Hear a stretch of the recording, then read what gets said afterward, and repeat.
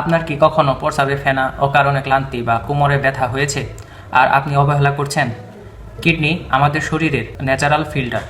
রক্ত থেকে বর্জ্য বের করে সোডিয়াম, পটাশিয়াম ভারসাম্য বজায় রাখে, শরীরকে জীবন্ত রাখে। কিন্তু কিডনি নষ্ট হতে শুরু করলে এই বিষাক্ত বর্জ্য আর বের হতে পারে না। অথচ শুরুতে তেমন কোনো লক্ষণই দেখা যায় না, যার টেস্ট না করলে সহজে বোঝা যায় না। কিডনিতে দুই ধরনের সমস্যা দেখা দেয়, একটি স্ট্রাকচারাল সমস্যা ও ফাংশনাল সমস্যা। স্ট্রাকচারাল সমস্যা যেমন কিডনি, ইউরেট্রার, মূত্রথলি, মূত্রনালী, গঠনগত ত্রুটি, কিডনিতে পাথর, ইনফেকশন, টিবি ও টিউমার হওয়া। ফাংশনাল সমস্যা রক্ত ঠিকমতো ফিল্টার না হওয়া, সোডিয়াম পটাশিয়ামের ব্যালেন্স ঠিক না থাকা। এ কারণে শরীরে টক্সিন জমে। শুরুতে চিকিৎসা নিলে এইগুলো অনেক ক্ষেত্রেই ভালো হয়ে যায়, দেরি করলে সমস্যা বাড়তেই থাকে। যখন কোনো রোগীর ক্রনিক কিডনি ডিজিজ বা অ্যাকুইট কিডনি ডিজিজ ধরা পড়ে, সিকেডি বা একেডি ধরা পড়ে, তখন রোগী শুধু শারীরিকভাবে নয়, মানসিক ও অর্থনৈতিকভাবেও ভেঙে পড়ে। ডায়ালাইসিস, ওষুধ ও খাবারের কড়াকড়ি, জীবন এলোমেলো হয়ে যায়। রোগ হঠাৎ আসে না, ভেতরে ভেতরে তৈরি হতে থাকে। যে লক্ষণ দেখলেই সতর্ক হবেন: প্রস্রাবে রক্ত বা লালচে প্রস্রাব, প্রস্রাবে ফেনা, শরীর ফুলে যাওয়া, অকারণে সারাদিন ক্লান্তি,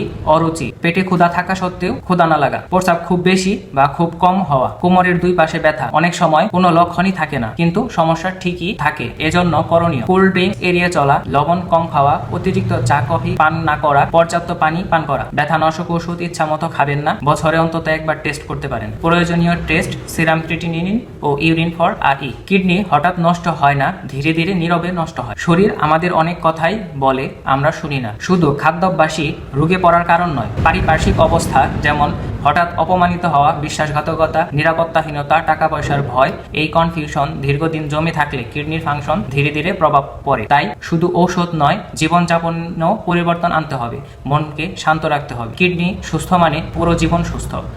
ভালো থাকুন, সুস্থ থাকুন, সুন্দর জীবনযাপন করুন। আসসালামু আলাইকুম।